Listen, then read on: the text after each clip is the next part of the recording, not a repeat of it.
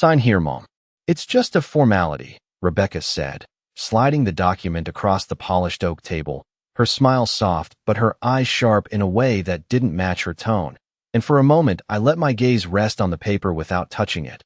Because even at 72, even with silver hair and slower steps, I have learned that the most dangerous words are always the quietest ones, especially when they come wrapped in politeness. I picked up the pen anyway, feeling its familiar weight between my fingers, and I nodded as if I hadn't noticed the slight shift in Daniel's posture beside her, as if I didn't see how he avoided looking at me, as if I hadn't already read every line of that document the night before, twice, slowly, carefully, the way my late husband used to read contracts when he built everything we owned from nothing but long days and longer nights.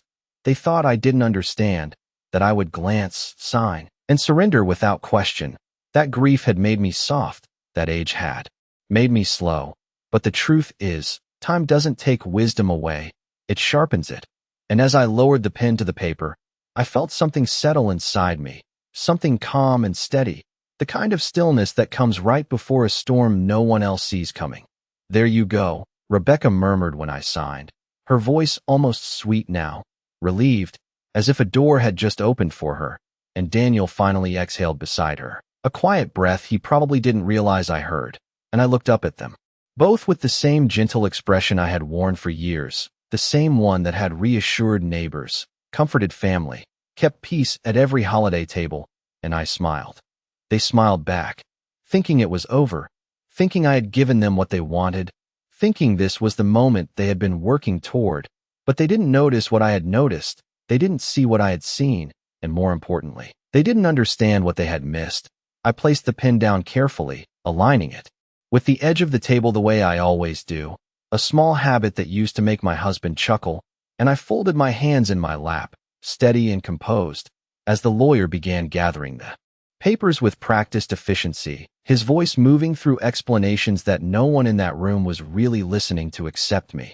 Outside, the late afternoon light filtered through the tall windows, casting long shadows across the floor, and I remembered another afternoon years ago, when this same light had fallen across blueprints spread out on our kitchen table, when my husband had pointed to a signature line and said, "This is the part that matters most, Maggie.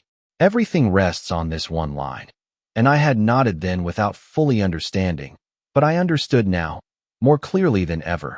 Rebecca was already talking about next steps, about timelines, about making things easier. Her words flowing quickly now that she believed the hardest part was behind her, and Daniel nodded along, his silence no longer uncertain but comfortable, as if a weight had been lifted from him, as if he had convinced himself this was all reasonable, all necessary, all justified. I listened without interrupting, without correcting, without revealing anything at all, because sometimes the strongest position is the one where no one realizes you're standing.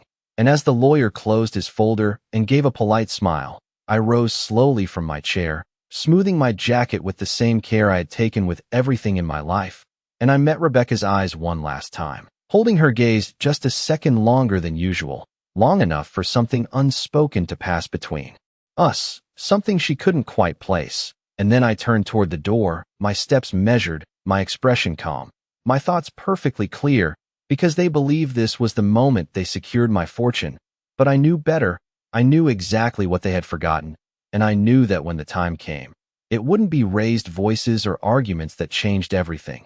It would be something far quieter, far simpler, and far more final than they could possibly imagine. I did not go home right away after leaving the lawyer's office, even though Rebecca had already begun talking about renovations and timelines as if the house had quietly changed hands the moment I signed, and Daniel had followed her lead with that same careful silence he had perfected over the past few years, the kind that says everything without saying a single word. Instead, I drove slowly, taking the long way back through streets I had known for decades, past the grocery store where I used to shop every Sunday morning, past the park where Daniel learned how to ride a bicycle when he was 7 years old, past the small diner where my husband and I used to sit in the corner booth every Friday night and split a slice of apple pie, and I let each memory rise and fall without holding on to it too tightly, because memories can either steady you or weaken you depending on how you carry them, and I had already decided I would carry mine differently. By the time I pulled into my driveway, the sky had softened into that quiet shade of blue that comes just before evening, and the house stood exactly as it always had, solid, familiar, unchanged on the outside. But I knew better than to trust appearances, because I had spent the last few weeks noticing things that did not belong, small shifts that most people would overlook, like the way Rebecca had started answering questions before Daniel could speak, or how she had taken an interest in documents she had never cared about before, or the way certain drawers had been opened and closed just slightly out of place, subtle enough to dismiss, but persistent enough to form a pattern. I stepped inside and set my keys down in their usual spot, listening to the quiet settle around me. And for a moment, I simply stood there, letting the stillness remind me of who I was before anyone tried to rewrite that for me. Because this house was not just a structure, it was a record of every choice, every sacrifice, every promise kept over a lifetime. And no piece of paper could erase that, no matter how official it looked. I moved through the living room slowly, my fingers brushing against the back of the sofa, the edge of the bookshelf, the small imperfections that only I would notice. And I found myself thinking back to 3 days earlier, to the moment when everything had first shifted in a way I could not ignore, when a phone call came in just after 9 in the morning from a number I did not recognize, and I almost let it go to voicemail, but something made me answer. The voice on the other end was measured, professional, someone from a financial office that had handled accounts connected to my husband years ago, and he asked a simple question about a document that had recently been requested, something about authorization, something about verification, and at the time it seemed minor. But the way he hesitated before ending the call stayed with me, like there was more he wanted to say but chose not to, and that hesitation lingered long after the conversation ended. That same afternoon, I noticed Rebecca going through a folder she quickly closed when I entered the room, her smile coming a second too late, her explanation too smooth, and Daniel stood behind her, watching me with an expression I could not quite name, not guilt exactly, but something close to it, something quieter, something easier to live with if you did not look at it directly.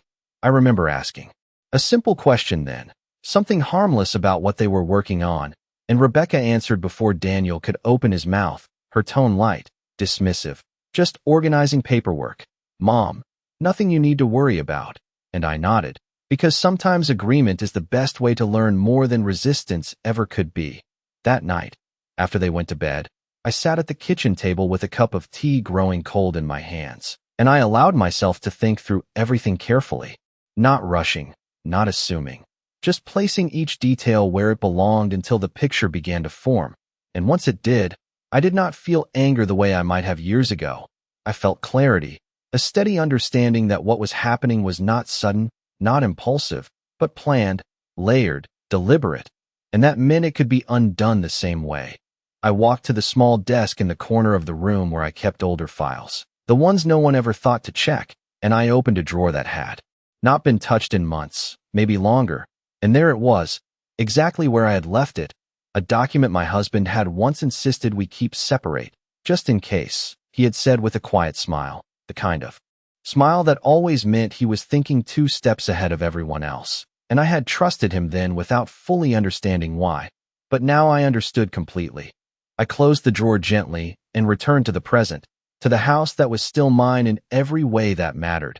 And I realized that what happened at the lawyer's office that afternoon was not the beginning of anything. It was simply the moment they believed they had finished something, and that belief, more than anything else, was what would allow everything else to unfold exactly as it needed to. I woke early the next morning, earlier than I had in years, not because I could not sleep, but because my mind had already settled into a kind of quiet clarity that does not leave room for hesitation, and I moved through the house without turning on any lights, letting the soft gray of dawn guide me, as it had so many times before when life demanded careful thinking instead of quick reaction. The kitchen felt different at that hour, stripped of conversation and expectation, and I poured myself a cup of coffee and sat at the table where I had pieced everything together just days earlier, the same table where I had raised my son, paid bills, planned holidays, and quietly carried responsibilities no one else ever noticed. And I allowed myself to think about Daniel, not as the man who had sat beside Rebecca at the lawyer's office, but as the boy who used to run into this very room with scraped knees and wide eyes, trusting that I would always know how to make things better. That memory stayed with me longer than I expected, not because it weakened me, but because it reminded me of something important: that trust, once given, can be redirected, reshaped, even misplaced, but it does not disappear entirely. It simply waits for the truth to catch up to it. I finished my coffee slowly and then walked to the desk again, opening the drawer with the same steady motion as before. And this time I took the document out, placing it flat against the surface, smoothing it with my palm as if it were something fragile, even though it was stronger than anything Rebecca had brought into that office the day before. My husband had always believed in preparation, not in fear, but in readiness, and I could still hear his voice explaining the importance of details, the way one overlooked line could undo an entire agreement, the way one missing signature could turn certainty into nothing at all. And I traced that line now with my finger, the line that had not been replicated, the line they had assumed no longer mattered, the line that still belonged to me. Later that morning, I made a call of my own, not to confront, not to accuse, but simply to confirm what I already knew, and the man who answered recognized my name immediately, his tone respectful, cautious, the way people speak when they understand there is more beneath the surface than what has been said out loud. And I asked him one question, direct and clear, about the validity of a document missing a required authorization, and there was a brief pause before he answered, the kind of pause that confirms more than words ever could. And when he explained that without that final signature, the entire transfer would be considered incomplete, unenforceable, essentially void, I thanked him politely and ended the call without elaborating, because I did not need to say anything more. I spent the rest of the day as I always did, moving through routines that had anchored my life for decades, watering the plants, straightening the living room, folding laundry with the same careful precision. And when Rebecca returned in the afternoon, she greeted me with a brightness that felt rehearsed, her voice a little too cheerful, her questions a little too casual, and I answered her with the same calm warmth I had always shown, giving her nothing to question, nothing to challenge. And Daniel followed shortly after, his presence quieter, more reserved, as if he were waiting for something he could not quite name, and I watched them both without letting it show, noticing the way they exchanged glances when they thought I was not looking, the way Rebecca carried herself with a growing confidence that came from believing she had already secured what she wanted. Dinner that evening was simple, almost ordinary, and if someone had walked in from the outside, they would have seen a family sharing a meal, nothing more, nothing less. But beneath that surface, there was a quiet shift taking place, one that neither of them recognized, because they were focused on the outcome they believed was already decided, not on the process that had brought them there. After the dishes were cleared and the house settled into its usual evening silence, I returned to my room and sat by the window, watching the last light fade from the sky, and I thought about the moment at the lawyer's office again, about the way Rebecca had leaned forward with that carefully measured patience, about the way Daniel had stayed silent, and I realized that what they had relied on most was not the document itself, but the assumption that I would not question it, that I would accept what was placed in front of me without looking closely, and that assumption, more than anything else, was the flaw they had built everything on.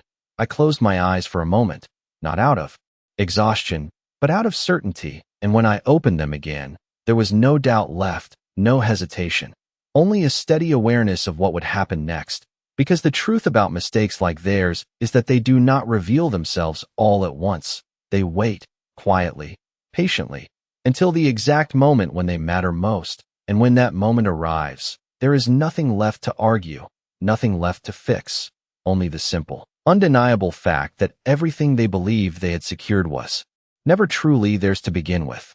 The next 2 days unfolded with a quiet predictability that would have reassured anyone who believed in surface appearances, and that was exactly what made them so useful, because Rebecca moved through the house with a new kind of confidence, one that did not need to hide anymore, and Daniel followed her rhythm without question, as if he had already accepted the version of events she had created for him, and I allowed that illusion to settle in completely, because there is a certain advantage in letting people believe they are in control when they are not. I noticed the changes in small ways first, the way Rebecca began discussing furniture arrangements in rooms she had never shown interest in before, The way she measured spaces with her eyes as if she were already planning where things would go. The way she spoke about the future using words like we and ours, with a casual certainty that might have sounded natural to anyone else. But to me it sounded like rehearsal, like someone repeating a line until it felt real. Daniel, on the other hand, seemed quieter, but not uncertain, just distant, as if he had stepped into a role that required less questioning and more agreement. And when he spoke to me, his tone remained respectful, almost careful, but there was a subtle shift in it, something less rooted, less connected, as though he had already started placing himself somewhere else, somewhere that did not quite include me the way it once had. I did not challenge any of it. I did not ask questions or correct assumptions, because by then I understood that what they needed most was time. Time to settle into their belief, time to grow comfortable with it, time to stop looking for anything that might contradict it. And so I gave them exactly that. Each morning I followed my usual routine, making breakfast, reading the paper, tending to the small details that had always grounded my days. And each afternoon I allowed conversations to pass without resistance, listening more than speaking, offering small responses that revealed nothing. Because silence, when used correctly, does not create suspicion, it creates space, and people will always fill that space with their own certainty. One evening, as the sun dipped low and the house settled into that familiar quiet, Rebecca sat across from me at the dining table with a folder open in front of her, her posture composed, her voice smooth, and she began outlining what she called next steps, talking about timelines, about transferring utilities, about making the process as seamless as possible. And I watched her carefully, not for what she said, but for how she said it, for the confidence behind her words, for the assumption that everything had already been decided. And when she paused, waiting for my response, I simply nodded, slowly, thoughtfully, the same way I had nodded years ago. When Daniel first told me he wanted to move out on his own, the same way I had nodded when my husband explained the risks behind a new investment. Because sometimes agreement is not acceptance, it is observation. Daniel sat beside her, his hands folded loosely on the table, his gaze shifting between us. And for a brief moment, something flickered in his expression, something uncertain, something almost questioning. But it passed quickly, replaced by that same quiet compliance I had seen before. And I realized then that whatever doubts he might have had were no longer strong enough to interrupt the path he had chosen. Later that night, after they had gone upstairs, I remained in the living room with the lights dimmed, the soft hum of the house around me, and I allowed myself to think not about what they were doing, but about how they had come to believe it would work, because plans like theirs do not form overnight, they grow slowly, built on assumptions, reinforced by small successes, shaped by the belief that no one is paying close enough attention to notice the pattern. And that belief had been their greatest mistake. I stood and walked to the window, looking out at the quiet street, the same street where I had watched Daniel leave for school, for college, for his first job, each time believing he would carry with him the lessons he had been given, and perhaps he had, in his own way, but life has a way of reshaping those lessons, of testing them against new influences, new priorities, new voices that speak louder than the ones that came before. I did not feel anger as I stood there. I did not feel the need to confront or correct, because by then I understood that this was not a moment for reaction. It was a moment for precision, for timing, for allowing events to reach the point where the truth would no longer need to be explained, only revealed. I turned away from the window and walked back to the small desk in the corner, not to open the drawer again, but simply to rest my hand against its surface, to remind myself that everything I needed was already in place, that nothing had been lost, nothing had been taken, only assumed. And assumptions, no matter how confident, cannot change what is real. As I turned off the lights and made my way upstairs, I carried with me a quiet certainty, not about what might happen, but about what would, because the more certain they became, the closer they moved toward the moment where that certainty would fail them. And when it did, it would not be sudden or dramatic. It would be simple, undeniable, and entirely their own doing. By the third day, the rhythm of the house had shifted in a way that no longer tried to hide itself. And that was when I knew their confidence had settled into something firm, something unguarded, the kind of certainty that makes people stop checking the details they once worried about. And I saw it in Rebecca first. in the way she no longer lowered her voice when discussing plans, in the way she spoke openly on the phone about appointments and changes, using phrases like finalizing everything and moving forward, her tone steady, assured, as if the outcome had already been confirmed beyond question. Daniel followed that same quiet current, his movements relaxed now, his conversations lighter, as though a burden had been lifted from him. And when he looked at me, there was no longer that flicker of hesitation I had noticed before, only a calm acceptance. The kind that comes when someone believes a difficult decision has already been made and there is no reason to revisit it. I let that belief remain untouched because it was doing exactly what I needed it to do. It was lowering their guard, softening their attention, allowing small details to pass without scrutiny.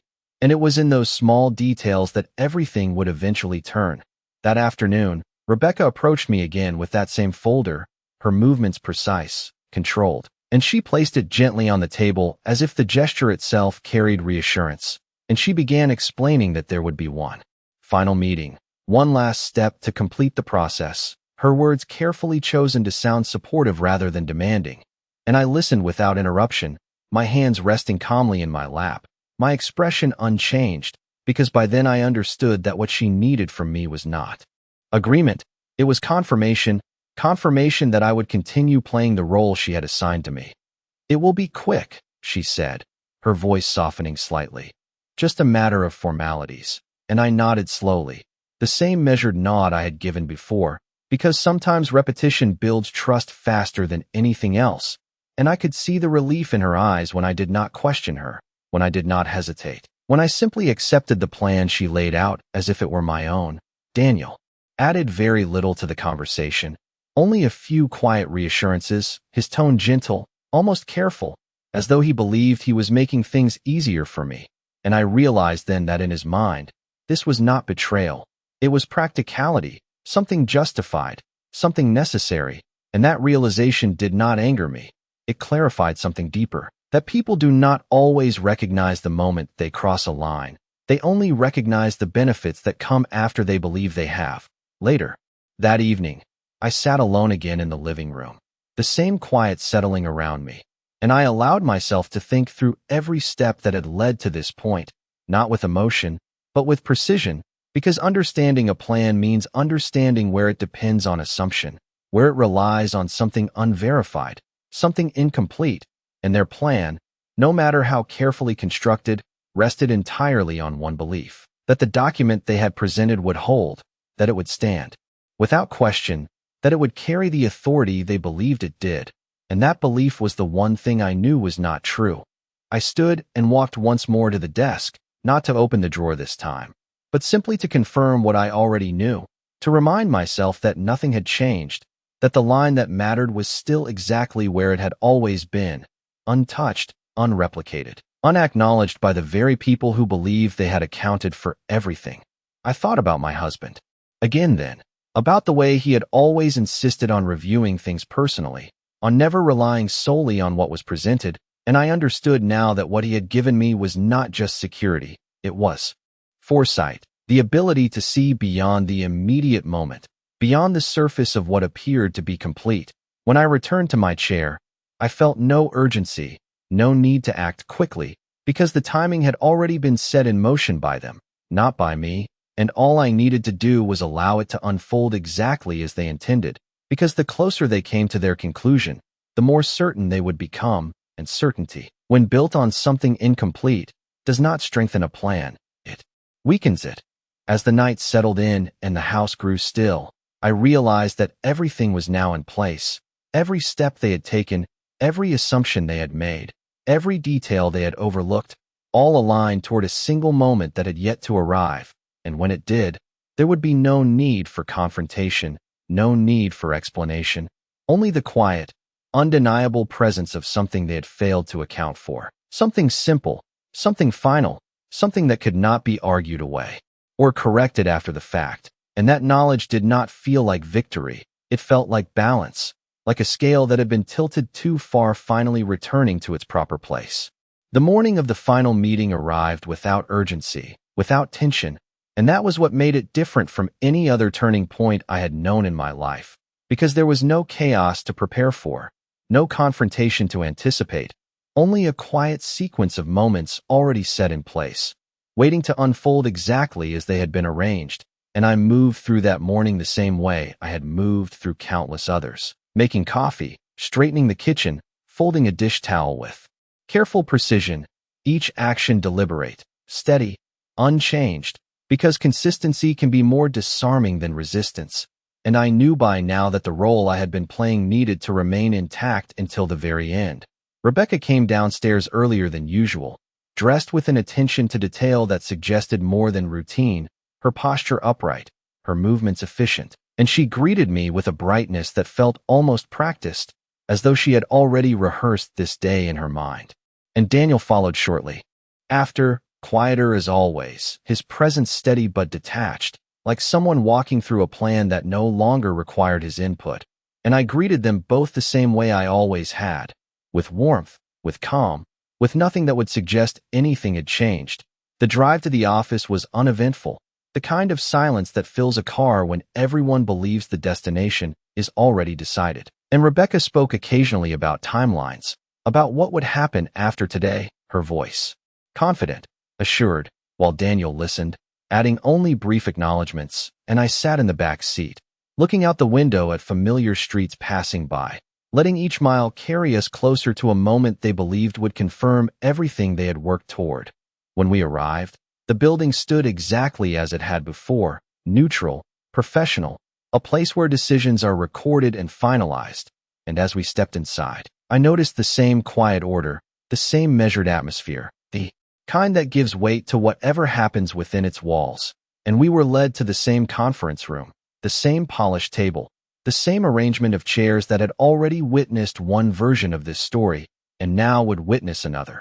The lawyer greeted us with polite professionalism, his demeanor unchanged, his tone neutral, and he began organizing the documents in front of him with careful attention, aligning pages, checking notes, preparing to proceed, and Rebecca leaned forward, slightly, her focus sharp, her anticipation just beneath the surface, while Daniel sat back, composed, his hands resting loosely, his expression calm, and I took my seat without hesitation, placing my hands gently on the table, my posture relaxed, my expression unchanged. The discussion began with formalities, with confirmations, with the kind of language that sounds routine but carries significant weight, and I listened as each point was reviewed, each step acknowledged, each expectation reinforced, and I allowed the process to continue without interruption, because the moment that mattered was not in the beginning, it was not in the explanation, it was in the detail that had been overlooked, the one element that had not been addressed, not because it was hidden, but because it had been assumed unnecessary. As the lawyer reached the final section, as the documents were positioned for completion, as Rebecca's confidence settled into certainty, I felt no change in my breathing, no shift in my composure, only a quiet awareness that everything had arrived exactly where it needed to be. And when the lawyer paused, when he prepared to finalize what they believed was already complete, I spoke. For the first time, my voice calm, steady, measured, carrying no urgency, no resistance, only a simple observation, and I asked a question, not loudly, not forcefully, but clearly enough that it could not be dismissed, a question about a specific authorization, a required element that had not yet been addressed, and the room shifted, not dramatically, but subtly, as attention moved toward that detail. As the lawyer glanced down at the document, as Rebecca's expression held steady for a moment, longer than it should have, and Daniel leaned forward slightly, his calm beginning to fracture into something less certain. The lawyer reviewed the page again, more carefully this time, his brow tightening just slightly as he followed the lines. As he reached the section I had already traced with my finger days before, and the silence that followed was not loud, it was not immediate, but it was unmistakable, the kind of silence that forms when something expected is not where it should be, and in that moment, without raising my voice, without changing my posture, without revealing anything more than what was already there, I allowed the truth to settle into the room on its own, because it did not need to be forced, it only needed to be noticed, and once it was, there would be no way to return to what they had believed just moments before. The lawyer did not speak immediately after that pause, and that was the moment everything began to shift in a way that could not be undone, because silence, when it comes from someone trained to avoid it, carries more weight than any explanation ever could, and I watched as his fingers moved back over the page, slower this time, more deliberate, tracing the same section I had already memorized, while Rebecca remained perfectly still across from me, her posture unchanged, her expression controlled. But there was something beneath it now, something tighter, something that had not been there before, and Daniel, who had been leaning back just moments ago, leaned forward slightly, his eyes narrowing as he tried to follow what the lawyer was seeing, what he himself had missed. "There appears to be an issue here," the lawyer said finally, his voice calm but no longer neutral, and he adjusted the document slightly, turning it so that all of us could see the section he was referring to, and I did not move. I did not lean in, because I already knew exactly what was there and what was not, and Rebecca spoke before anyone else could respond, her tone measured, almost dismissive, as though the matter could be resolved with a simple clarification. "What kind of issue?" she asked, and there was a slight edge beneath her composure now, not enough to alarm someone unfamiliar, but enough to reveal that something had shifted.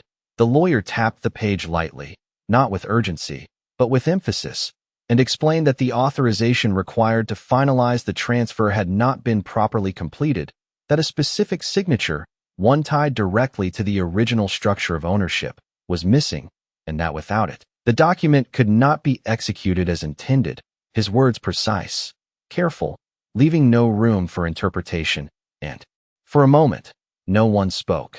Daniel's gaze moved from the document to Rebecca, searching for an answer, for reassurance, for something that would restore the certainty he had been carrying, but Rebecca did not respond right away, and that hesitation, brief as it was, said more than anything she could have said aloud.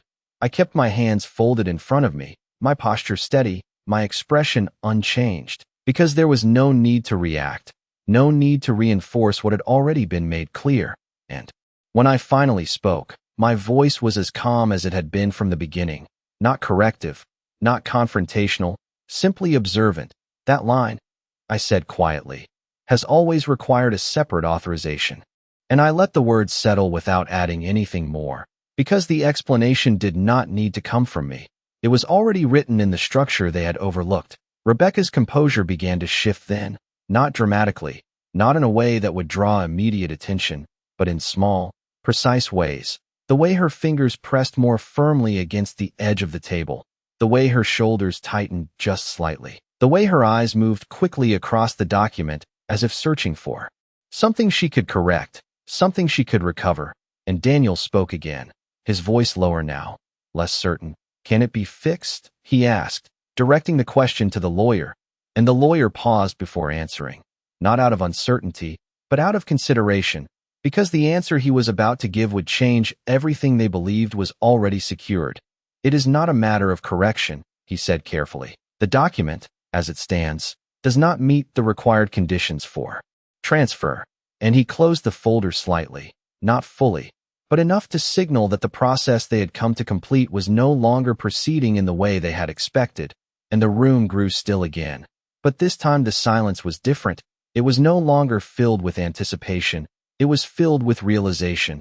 Rebecca leaned back slowly, her gaze shifting away from the document for the first time, and in that moment, the confidence she had carried so carefully began to fracture, not loudly, not visibly to anyone who was not paying attention, but enough for me to see it, enough for me to understand that the certainty she had built everything on had just been removed from beneath her, and Daniel remained still, his eyes fixed on the table, as if trying to process how something so simple, something so small, could unravel something they had believed was already finished.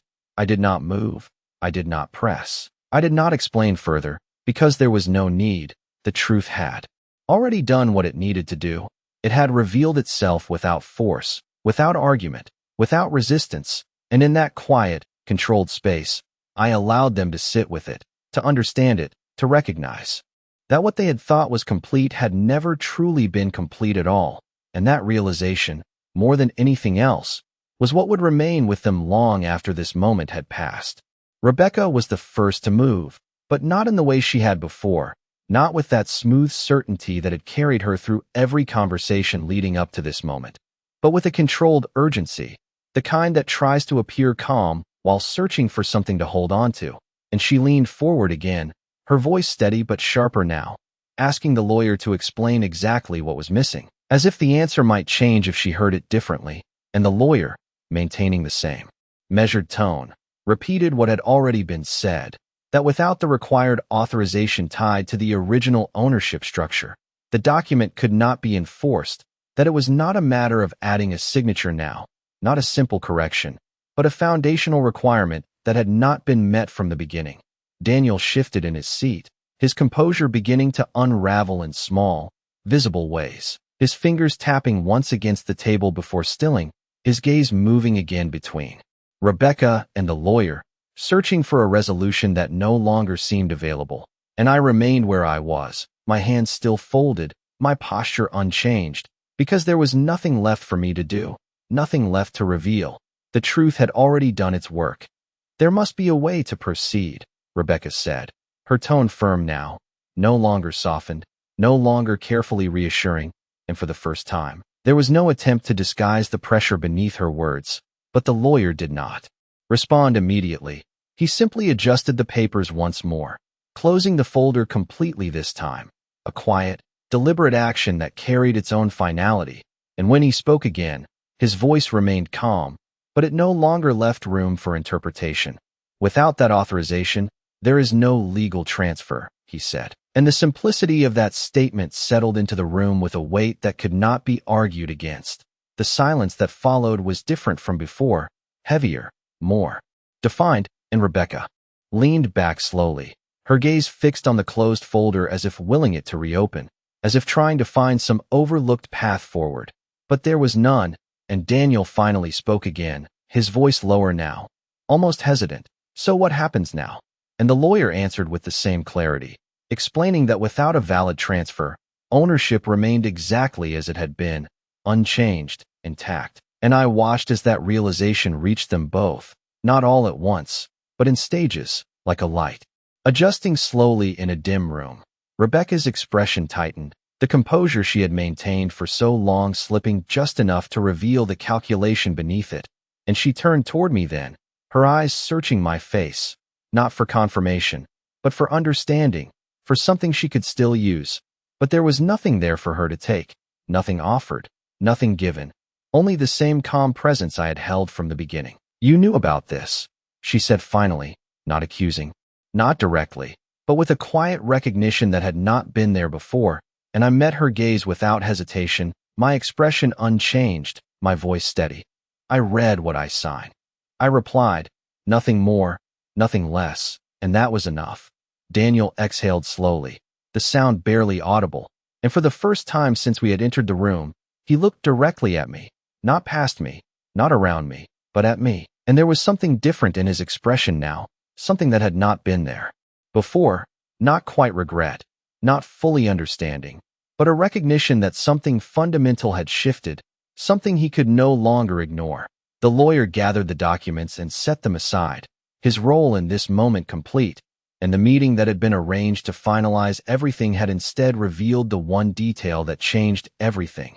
And there was no announcement, no declaration, no dramatic conclusion. Only the quiet, undeniable fact that what had been expected to end had instead remained exactly as it was. I stood slowly from my chair, smoothing my jacket as I always did, the same small, familiar gesture, and I looked at them both for a brief moment, not with anger, not with satisfaction, but with a clarity that needed no explanation, and then I turned toward the door, because there was nothing left to say in that room, nothing left to prove. Everything that mattered had already been shown, not through force, not through confrontation, but through a single detail they had overlooked, a detail that had been there from the very beginning, waiting quietly, patiently, until the moment it was needed most. The hallway outside the conference room felt quieter than it had when we first arrived, as if the building itself understood that something had shifted in a way that did not need to be announced, and I walked at the same steady pace I always had, not hurried, not delayed, simply moving forward with the same measured steps that had carried me through every stage of my life. Because there was no reason to rush away from something that had already resolved itself. Behind me, I could hear the faint movement of chairs, the soft murmur of voices trying to reassemble what had just come apart. But I did not turn back, not because I was avoiding them, but because there was nothing left behind me that required my attention, nothing unfinished, nothing uncertain. Only a moment that had revealed exactly what it needed to reveal. When I reached the front doors and stepped outside, the air felt cooler, clearer, and I paused for a brief moment, not out of hesitation, but out of recognition, because there are certain moments in life that do not arrive with noise or celebration. They arrive quietly, with a simple shift in understanding, and this was one of them. I made my way to the car, unlocking it with the same small click that had always marked the end of an errand or a meeting, and I sat inside for a moment before starting the engine, allowing the silence to settle around me again. And I thought about everything that had led to this point, not with frustration, not with disappointment, but with a kind of clarity that only comes when something uncertain becomes undeniable. Daniel's face stayed with me for a moment longer than I expected, not the expression he had worn at the beginning, confident, settled, but the one he had shown at the end. Quieter, searching, as if he had just realized that something he believed was solid had never been tested until now. And I understood that realization would stay with him longer than anything I could have said. Rebecca, on the other hand, would move differently. I could already see it in the way she had held herself in those final moments, the way her composure had shifted from certainty to calculation. Because people like her do not stop when a plan fails. They adjust, they reconsider, they look for another path. But what she had not understood, what she had never fully considered, was that this was not a matter of finding a different route. It was a matter of foundation, and without that foundation, nothing she built would hold. I started the car then and pulled away from the building, merging into the quiet flow of traffic, the road stretching out ahead in that familiar, predictable way. And I found comfort in that predictability, not because it meant nothing would change, but because it meant I could decide how I moved within it. When I arrived home, the house greeted me the same way it always had, with stillness, with familiarity, with a sense of continuity that no document could alter, and I stepped inside, setting my keys down in their usual place, and I moved through each room slowly, not checking, not verifying, but simply acknowledging what had always been there, what remained unchanged, what belonged to me not because it was written on paper, but because it had been built, piece by piece, over a lifetime. I paused in the living room, my hand resting lightly on the back of the chair where my husband used to sit, and I allowed myself one brief moment of reflection, not on what had almost been taken, but on what had been protected, because protection does not always come from force. Sometimes it comes from attention, from patience, from understanding the importance of a single detail that others choose to overlook.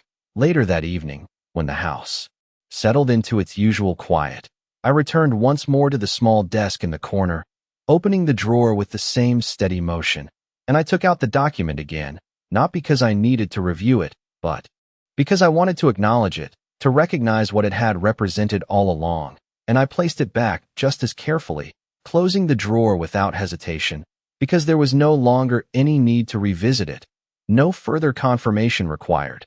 As I turned off the lights and made my way upstairs, I felt no sense of triumph, no need to mark the moment with anything more than quiet acceptance, because what had happened was not a victory in the way most people understand it. It was a correction, a return to what had always been true. And as I reached the top of the stairs, I paused briefly, looking back at the space below, the same space that had held every version of my life, every change, every challenge, every decision, and I understood that nothing had been taken from me, nothing had been lost, only revealed, and sometimes that is more than enough.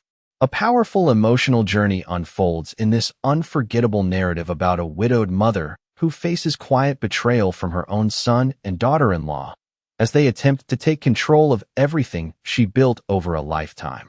What begins as a simple request to sign documents quickly reveals deeper intentions hidden beneath polite words and calculated silence, capturing the essence of family stories where trust is tested and assumptions become dangerous through subtle tension and carefully layered storytelling. This story explores how the mother remains calm, observant, and in control while her daughter-in-law grows increasingly confident, believing the outcome is already secured, making it a compelling example of family stories that highlight manipulation, inheritance conflict, and emotional distance within modern households. As the narrative progresses, small details begin to surface, exposing the cracks in a carefully constructed plan, showing how patience and awareness can quietly dismantle even the most deliberate schemes, reinforcing why family stories like this resonate deeply with audiences who understand the complexities of loyalty, respect, and generational power. The turning point arrives not with confrontation, but with a simple legal truth overlooked by those who believe they had accounted for everything, demonstrating how intelligence and restraint can shift the entire balance without raising a voice. A hallmark of impactful family stories that rely on psychological depth rather than dramatic outbursts. In the end, the mother reclaims her position not through force but through clarity, leaving behind a lasting impression of dignity, strength, and quiet authority while her son and daughter-in-law are left to confront the consequences of their assumptions, making this one of those family stories that linger in the mind long after it ends, reminding viewers that sometimes the most powerful response is not reaction, but precision. Character 1 is a 72-year-old Caucasian woman with silver hair neatly styled. She wears an elegant modest blouse and tailored pants. Front-facing view. Calm expression with quiet authority. Realistic lighting. No cartoon, no cartoon. No CGI. No illustration. Character 2 is a 38-year-old Caucasian woman with polished blonde hair and sharp facial features. She wears a fitted modern business dress. Front-facing view. Controlled, confident expression with subtle calculation. Realistic lighting. No cartoon, no cartoon. No CGI. No illustration.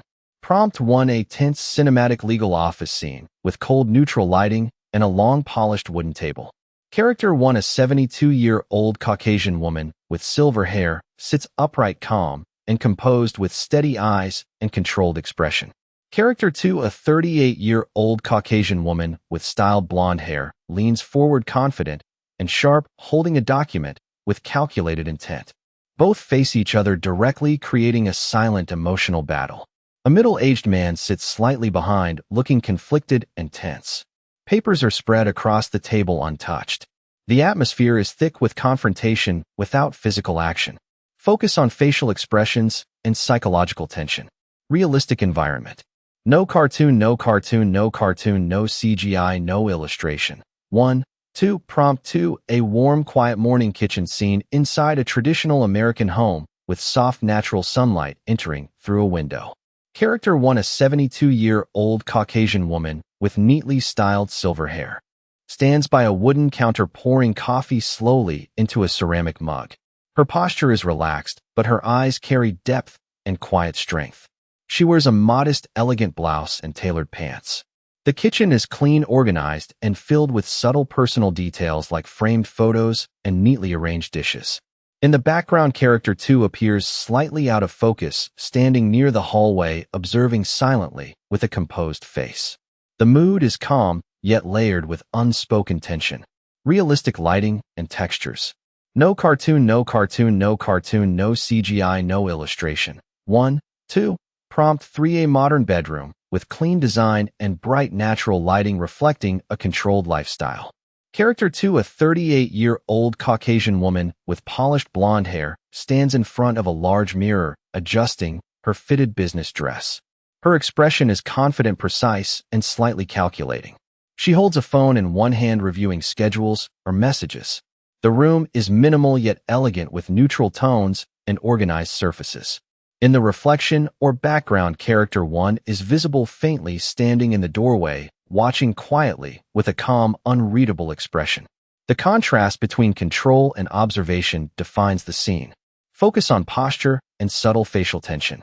Realistic environment. No cartoon, no cartoon, no cartoon, no CGI, no illustration. 1.